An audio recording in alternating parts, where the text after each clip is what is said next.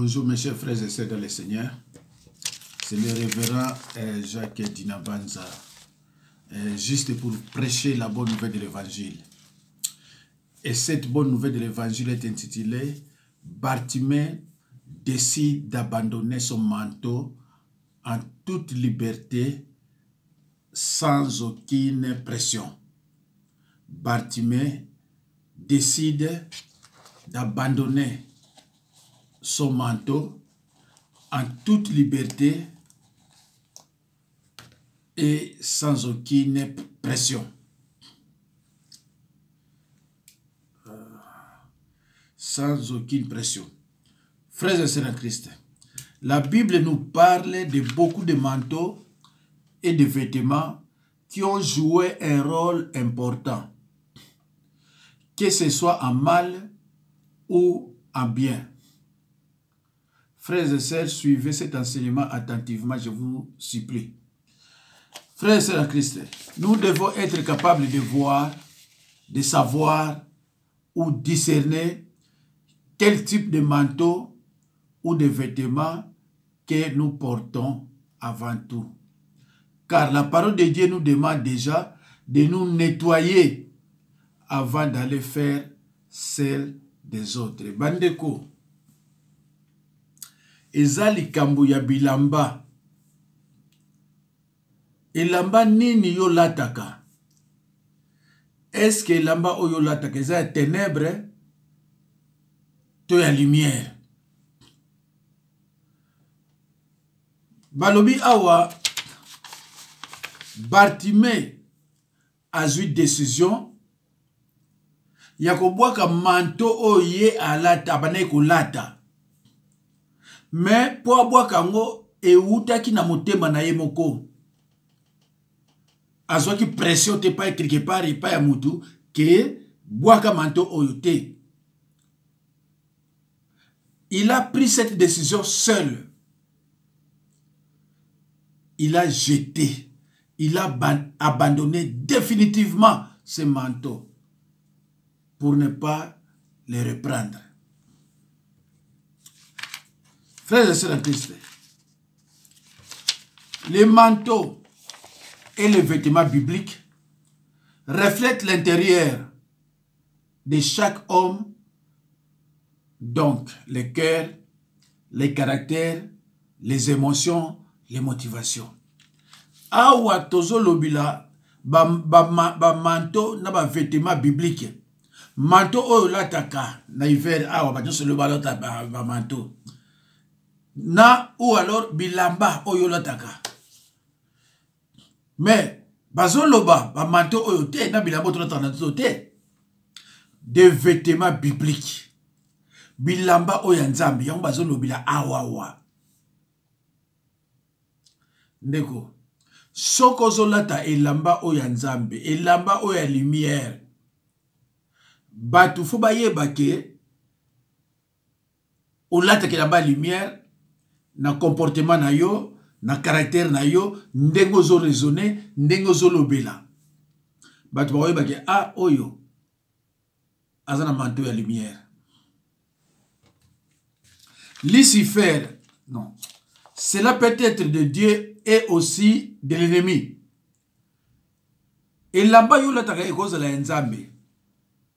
Mais il y a cause de la paix, il y a ennemi. Parce que l'ennemi ne vante rien. L'ennemi, on sait qu'on copie. Oyo ya nzambe, ye asali yango siko na ndinga mabe. Musala ennemi yangoana. Pa iba toazolo ba vérité, ye akoya na mensonge. C'est ça son travail. Cela peut être de Dieu et aussi de l'ennemi. Dieu est celle qui donne et qui retire les manteaux ou les vêtements bibliques à ses serviteurs.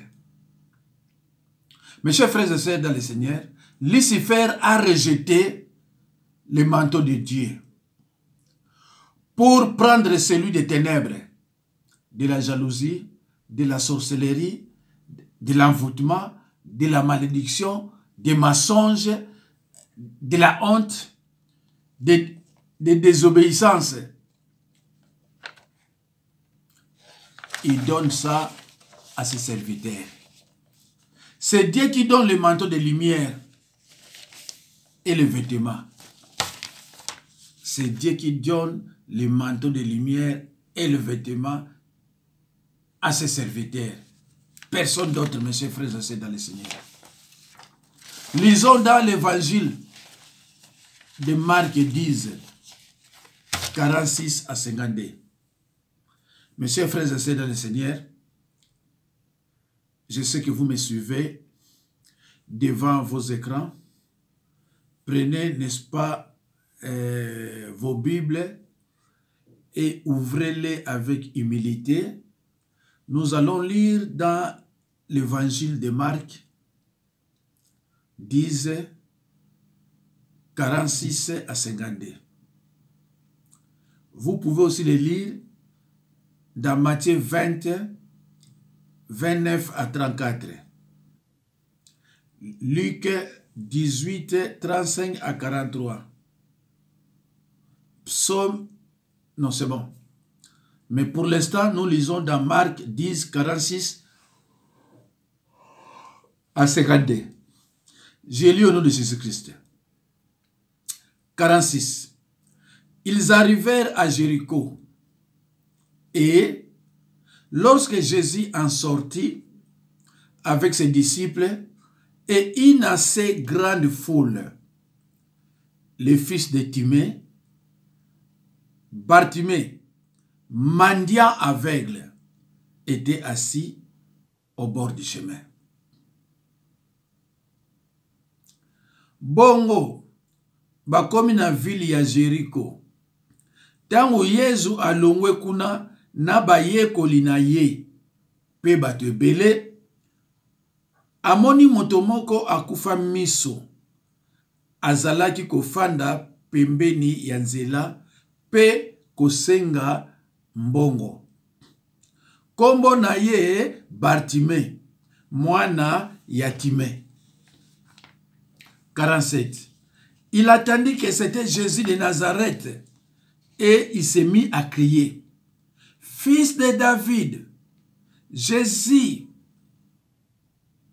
aie pitié de moi.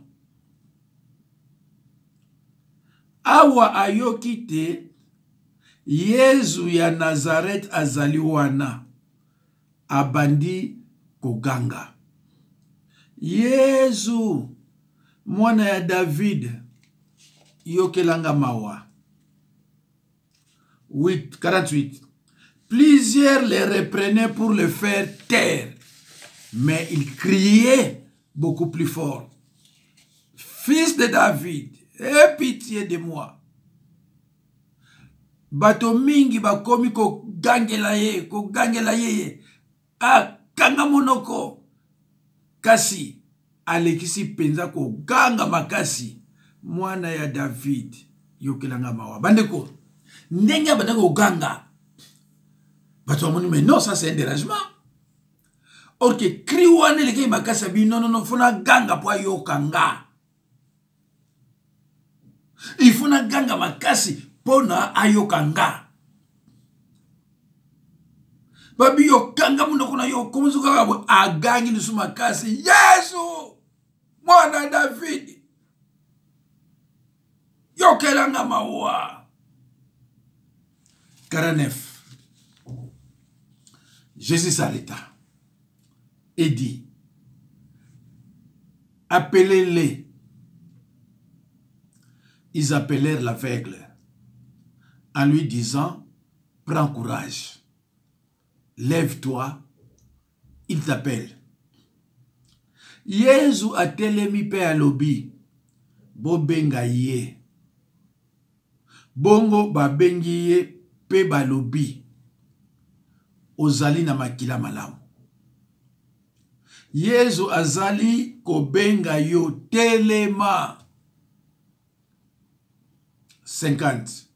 L'aveugle jeta son manteau et s'éleva d'un bond vers Jésus.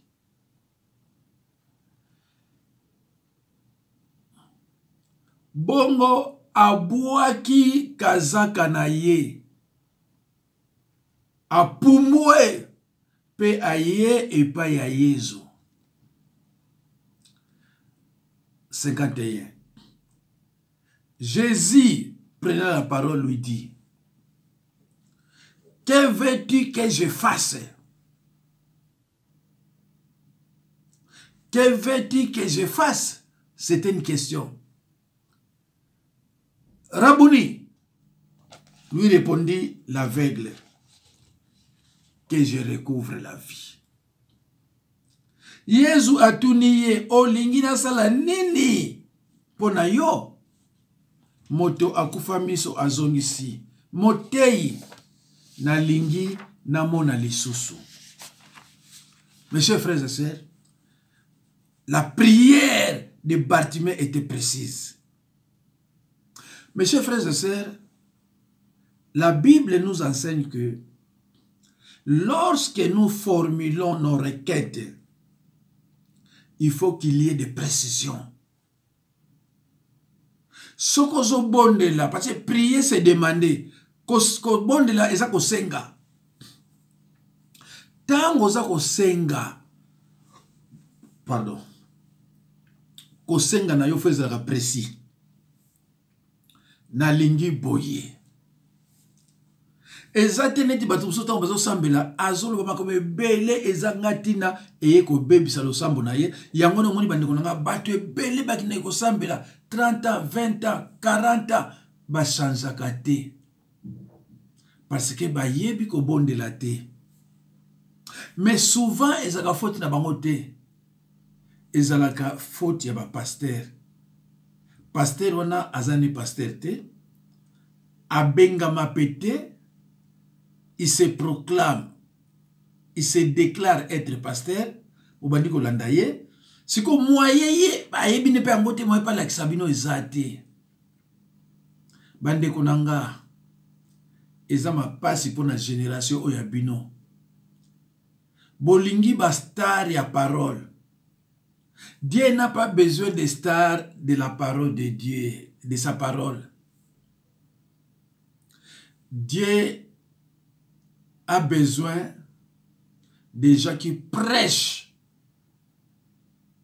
la vérité en conservant notre doctrine.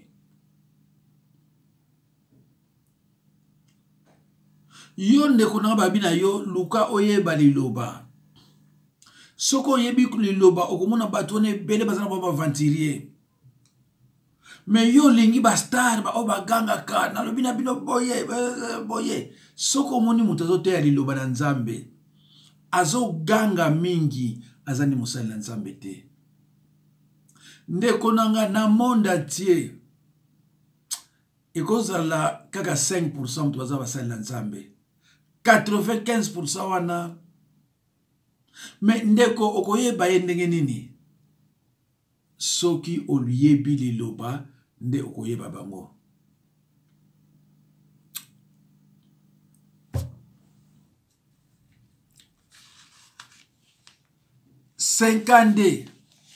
Et Jésus lui dit, va, ta foi t'a sauvé. Bongo Yesu alobi na ye, kende, bondimi na yo, ebikisi yo. Ndeko, na salaka mingi ba délivrance. Ba mususu mona abiki maramoko. Mususu mona délivrance na ye, eza combat de longue haleine. Eloko nini? Bartimée tango akepa ya Jésus alobi to. Mais ezana batu mususu oya pananga azo bomba makambo. Mais tango azako bomba Jésus Nzambe azo mona ye, Satan pe azo mona ye. Par exemple na bu jeunesse na yo ba viola ka yo. Mais yo la bien te. Okomi pananga obandi ko bomba ki ba viola ka yo. Est-ce que ça faute na yo? Ba viola ka yo, ba lobi ba benyango viol, et ça contre volonté na yo. Alors to souci délivrance mais eloko wana yo zoko ka kolobate. ils ont bloqué délivrance. Au violaka bana batu ya basi mibale misato, au kendaka pa ya nganga. Moi so kendaka pe omona nganga faut pas bosangani na ye. Tant qu'on peut un pasteur, au bandi ko yoka soni. C'est vrai, peut-être vous en avez raison. Tant qu'on a la moi c'est un pasteur, on dit oyo. Tant on a pas na ye. Yango na bandeko pona Jésus-Christ. Alobaki alingaki pona ye mosala nzambe na ye à cause de la moi cité. Pona conserver ba secret mosala. Yango na moni Paul alobaki mais oyo alingi abala azana mwasi moko. Botanga la Bible hein? Balobi pasteur oyo alingi abala azana kana mwasi moko. Wana Paul. Mais pour na Jésus mosali na ye à cause de la mwasi te. Les autres sont mona so que na l'église mona ba pasteur nyonso tala basi a pembe oyo boye parce que na bango ceux qui makambo sile ba ndiko expliquer makambo tout pas basi. Jésus a qui moi sina makambo nzambe te. Malheureusement so bazo la vérité bon c'est pas la vérité te. Ngana utiko yamba muto mususu to sololi na zoyo kaina ba 2 heures de temps. Na yebisi ngabi lobanyo sozana yango awa muto alakate tanga na acte des apôtres 28 30 31 awa muto azalakate oya koyoka likambo na yo ngape na yebi yote. C'est pour ça que quand je fais des délivrances bato pika parce que ce que les gens disent moi c'est la ravate oyo fo yoka makambo oyo fo balobila yango azalakate. Et c'est comme ça que les serviteurs de Jésus travaillaient. Donc, nous avons promis que nous avons mais aussi la soki d'ici samedi, soki te, en tout cas, je vous promets pour la dernière fois, semaine prochaine, Fébima. 53, aussitôt il couvra la vie et suivit Jésus dans les chemins. Quand wana abandi komona pe alandi Jésus. Mes chers frères et sœurs, le Seigneur et ses disciples, après avoir franchi les Jourdains, arrivèrent à Jéricho, où ils rencontrèrent l'aveugle Bartimée, un homme qui était au creux de la misère, qui en avait pleinement conscience et qui était décidé à s'en sortir. Bartimée reconnut et acclama le Seigneur comme le fils de David. Quelle ironie! Tandis que le peuple juif était aveugle à la présence du Messie. Un juif aveugle avait une juste perception spirituelle. Ces appels répétés ne restèrent pas sans effet. Sa prière précise pour recouvrer la vie fut exaucée.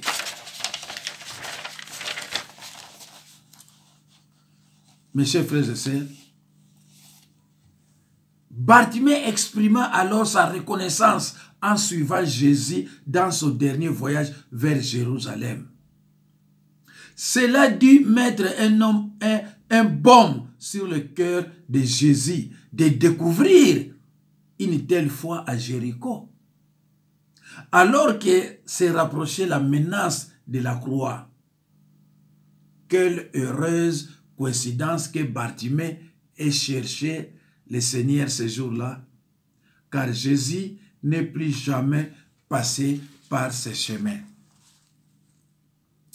Mes chers frères et sœurs dans le Seigneur, je trouve juste que tout ce que j'affirme soit examiné à la lumière des Écritures et qu'il puisse donc être contesté si je me trompe. Actes des Apôtres 17, 11. Actes des Apôtres 17, 11.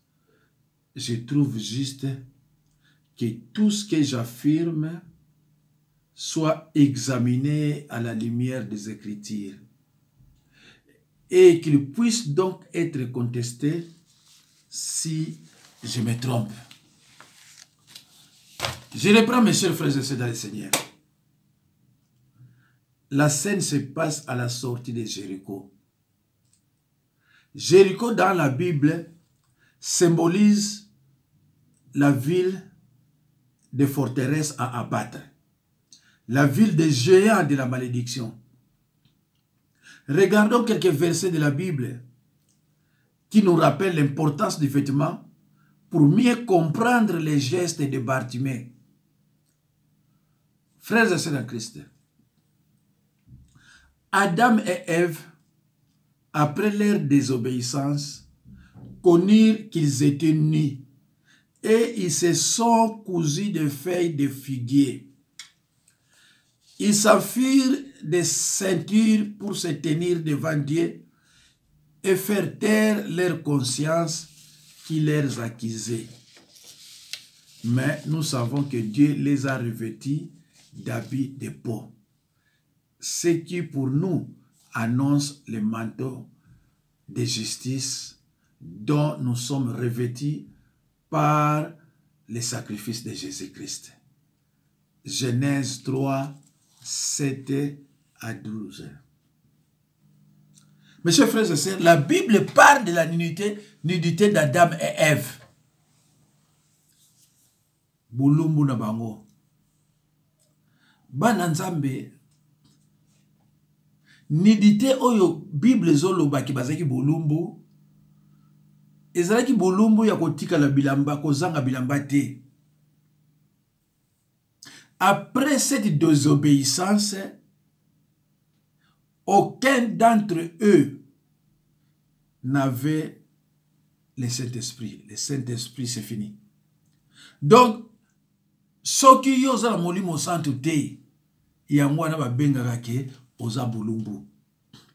C'est pour cela les sorciers et satanistes, le kola baza nu.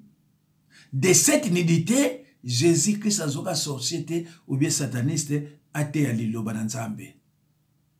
Même Jésus tango akendaki déjà, ba potre batikalaki. Le kola ba sorcier na ba sataniste bazaki na molimo santo te. Bazaki ne loko ya Nzambe te. Ba potre bakoye kozwa bango te. Po ba simba Bible ba prêcher. Nalobai na bino boye. Omoni soko zu papier oyo. Soko ni efuni yango pouf. Ozongisi yango, o repasser yango. E kozonga so ndenge ezalaki te. Ndenge ba sorcier bazana ba sataniste. Batu oyo ba lia batu ba mela makila wana. Même kutu asimi Bible, même akena repentance, motema oyo wana ekoki kozonga lisusu ndenge ezalaka te. C'est pour cela bomona batu nyonso basala ba repentance, ba sorcier sataniste basala ba repentance.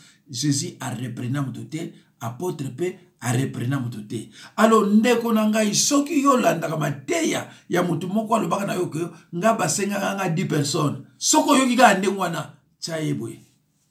Soki yo zolanda ye ozo commettre péché de participation, oko kende un jour na lieu de tourment et souka nango na faire. Nga musana ko prêcher vérité oyoka yango. Verset moko eza na Bible te oyo mutu awutaki na monde ya ténèbres ayepa na biso repentance asimba Bible abana ko prêcher. Verset wana na Bible ezalaka te. Ezalaka te badeko. Alors, mes chers frères et sœurs, Apocalypse 16, 15. Voici, je viens comme un voleur. Heureux celui qui veille et qui garde ses vêtements, afin qu'il ne marche pas nu et qu'on ne voit pas sa honte. Kolo alobi yoka nakoya lokola moyibi esengo na moto oyo azali ekenge pe abatelaka bilamba na ye boye akotambola bolumbu te pe akomona soni te na miso ya bato. Bolumbu o bazoloba na Bible ezali kozanga bilamba ya molimo, bilamba de lumière onzamba pesaki. Neti Adam na Eva bazalaki susu na bilamba wana ya lumière te. Yamona yoka Bible ezoloba ke ils étaient nus. Ils étaient nus. Mais suka na yango Nzambe ayiko latisa bango elamba ya lumière. Ayiko zongisi la bango yango. Ndeko nanga landaka mateya o bandela gango oyoke lengi ya mateya. Nudité dont par la Bible, ce n'est pas parce qu'ils n'avaient pas d'habits. Non, parce qu'ils ont tout perdu. Ils n'avaient plus le Saint-Esprit. Yamba bengaka nudité okomi bulumbu ezali tutalali na barabara. Na banzi ba oyo balandanga ba comprendaka makambo ebele pe ba sepelaka. À la mention de cette bataille, le Seigneur confère une bénédiction spéciale sur ceux devenus croyants pendant la tribulation, qui attendent son retour et qui se sont gardés purs face à l'idolâtrie de l'époque. Pour les perdus, il viendra comme un voleur, c'est-à-dire sans prévenir et pour leur infliger de grandes pertes. Yesu akoyani ti moyibi na ba oyo bazangi bilamba ya lumière o ba bengi ba perdi bango nde Yesu akoyela ba ti moyibi biso akoyela biso ti moyibi te parce que akuta biso na bilamba oyaye akoyela biso ti moyibi. Pourquoi? Ndeko luko ye bakali loba e bano peso esengo mingi ko sangisaka te le loyo kili loba apananga lobe ko yoka ti ba Marcelo ou bien pas sataniste efongi ko sala ndewate so ko yanga tikala parce que okono yoka kuna e perdre yo makamu ya malamu oyo yoka ki obani ko confondre makamu yo moko. Mes chers frères et sœurs, l'Écriture dit clairement dans les derniers temps certains abandonneront la foi pour suivre les esprits trompeurs et des enseignements inspirés par des démons. Ils se laisseront égarer par des gens hypocrites et menteurs, dit la Bible dans 1 Timothée 4, 1. L'Esprit dit clairement, dans les derniers temps, certains abandonneront la foi pour suivre les esprits trompeurs et des enseignements inspirés par des démons. Ils se laisseront égarer par des gens hypocrites et menteurs, dit la Bible 1 Timothée 4, 1. Lisons dans Apocalypse 3, 18. Je te conseille d'acheter de moi de l'or éprouvé par le feu, afin que tu deviennes riche, et des vêtements blancs, afin que tu sois vêtu et que la honte de ta nudité ne paraisse pas, et un collier pour oindre tes yeux afin que tu vois. Apocalypse 3, 18. Yango wana na pesi bino toliboye, bosomba epananga or oyo basukolaka moto. Bongo bokozala bato ya bomengo ya solo. Bosomba pe bilamba ya pembe. Bolata yango po bozala bolumbu te. Bosomba pe kisi oyo bokoki kotia na miso po bomona lisusu. Amen. Ndeko, boko somba bilamba pembe ndenge nini, boko zwa bilamba ya lumière ndenge nini. C'est par la confession suivie d'une repentance sincère. Ko kabwana na mabe, ko condamner yango pe ko kabwana na yango. 1 Jean 1:8. Ces membres étaient exhortés à acheter du Seigneur de l'or éprouvé par le feu. Ceci peut signifier la justice divine qui s'obtient sans argent, sans rien payer. Isaïe 55:1.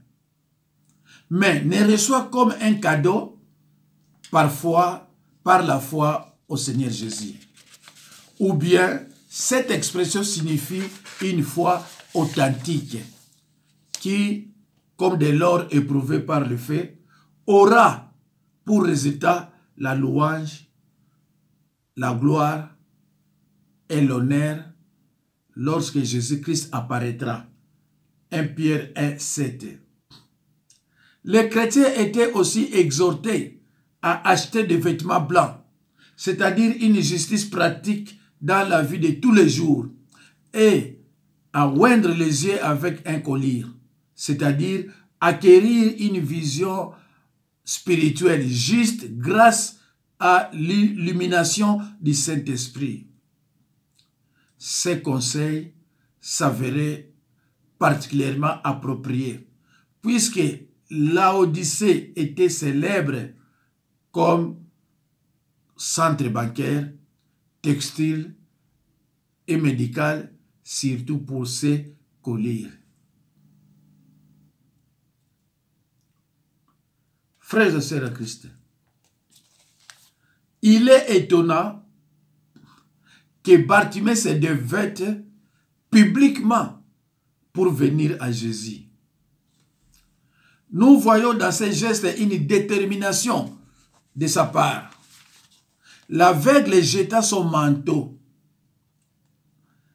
Il n'est pas dit, il les plia et les posa à terre. La Bible dit clairement que Bartimée l'aveugle a plié qui manteau na été bongo bongisi akutunga tiango wana to a bombiango quelque part a posé yango wana te. Bible dit que a plié manteau et a posé yango bongo ya kozongela yango. La Bible nous dit, nous précise qu'il a jeté